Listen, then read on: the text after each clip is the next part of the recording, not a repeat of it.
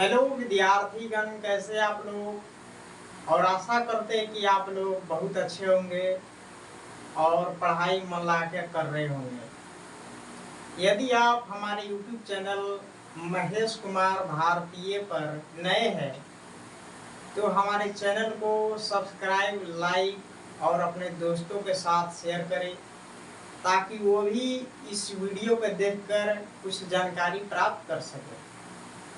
आज का जो टॉपिक है वो है शुरुआती हिंदी व्याकरण से संबंधित, जिसका नाम है भाषा, व्याकरण और लिपि।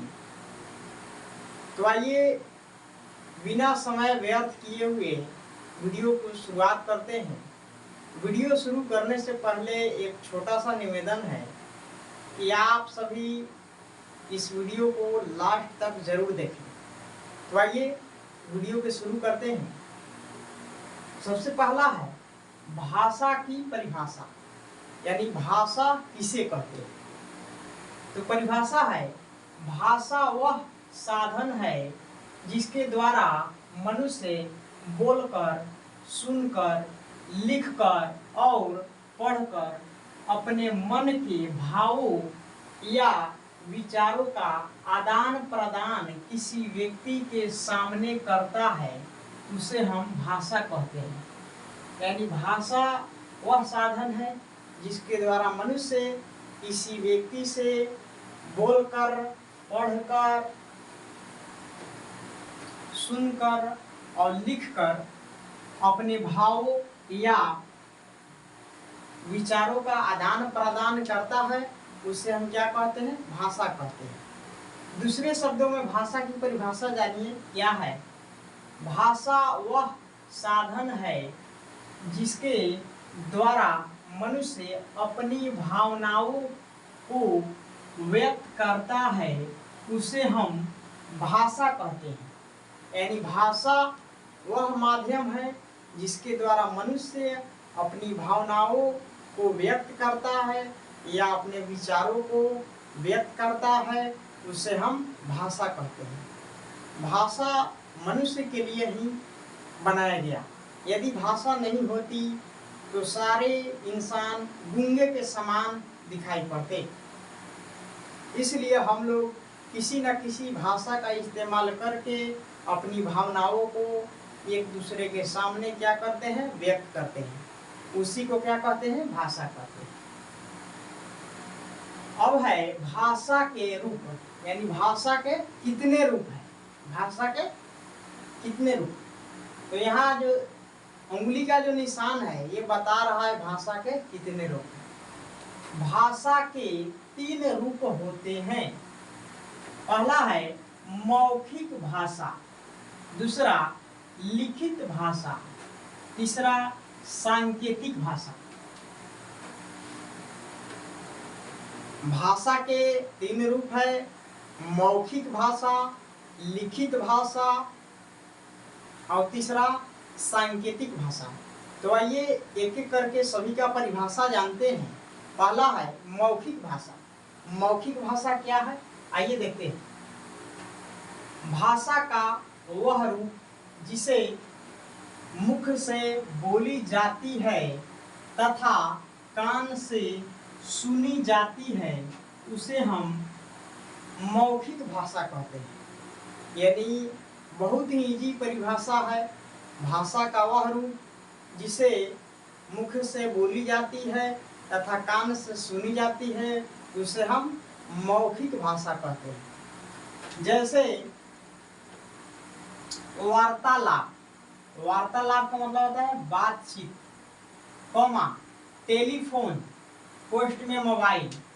टेलीफोन का प्रचलन पहले था, आज के समय में मोबाइल का प्रचलन ज़्यादा हो गया है, इसलिए टेलीफोन के पोस्ट में हम मोबाइल लिख दिए हैं। मोबाइल पर बातचीत, कॉमा भाषण व रेडियो सुनना आदि, ये सब जो है मौखिक भाषा का उदाहरण है। दूसरा है लिखित भाषा। लिखित भाषा क्या है, भाषा का वह रूप जब कोई व्यक्ति अपने विचारों को लिखकर प्रकट करता है। भाषा का वह रूप जब कोई व्यक्ति अपने विचारों को लिखकर प्रकट करता है उसे हम लिखित भाषा कहते हैं। जैसे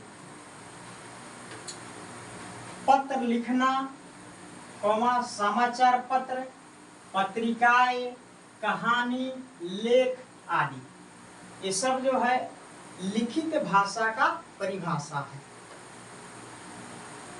तीसरा है सांकेतिक भाषा।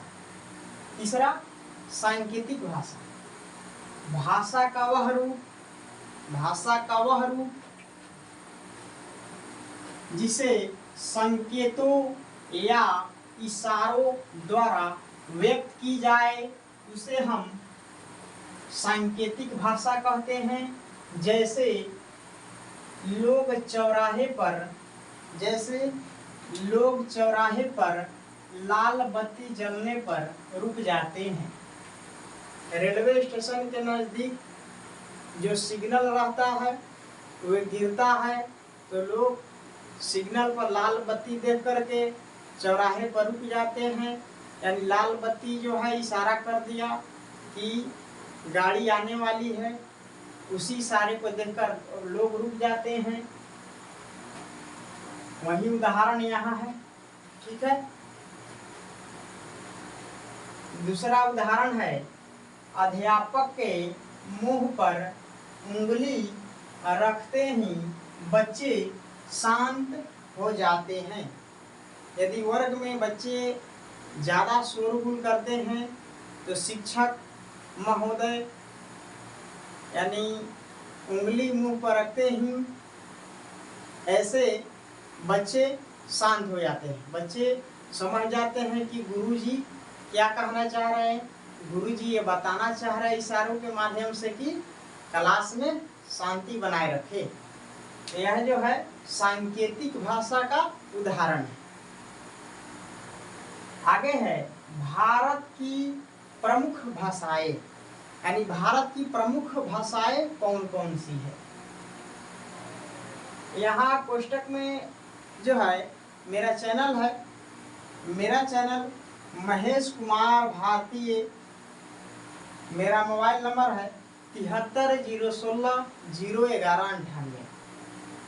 यदि आप हमारे यूट्यूब चैनल पर नए हैं तो चैनल को सब्सक्राइब और लाइक करना ना भूलें। भारतीय संविधान की 8वीं अनुसूची के अनुसार, भारतीय संविधान की 8वीं अनुसूची के अनुसार 22 भाषाएं भारत में मान्यता प्रदान की है। 8वीं अनुसूची के अनुसार भारत में कितनी भाषाएं मान्यता प्रदान की गई है? 22। परंतु सरकारी काम काज में व्यवहार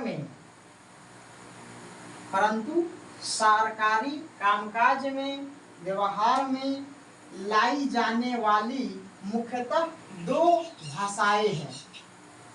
कितनी भाषाएं हैं? 2। सरकारी कामकाज में और व्यवहार में लाई जाने वाली मुख्यतः 2 भाषाएं हैं। नंबर 1 है हिंदी और दूसरा है अंग्रेजी। ठीक है। सरकारी कामकाज में और व्यवहार में प्रयोग में लाई जाने वाली जो भाषा है वे पहला हिंदी और अंग्रेजी है। ये 22 भाषाएं हैं। ये 22 भाषाएं इस प्रकार हैं। ये उंगली का चिन्ह बता रहा है। यहाँ से उदाहरण शुरू है।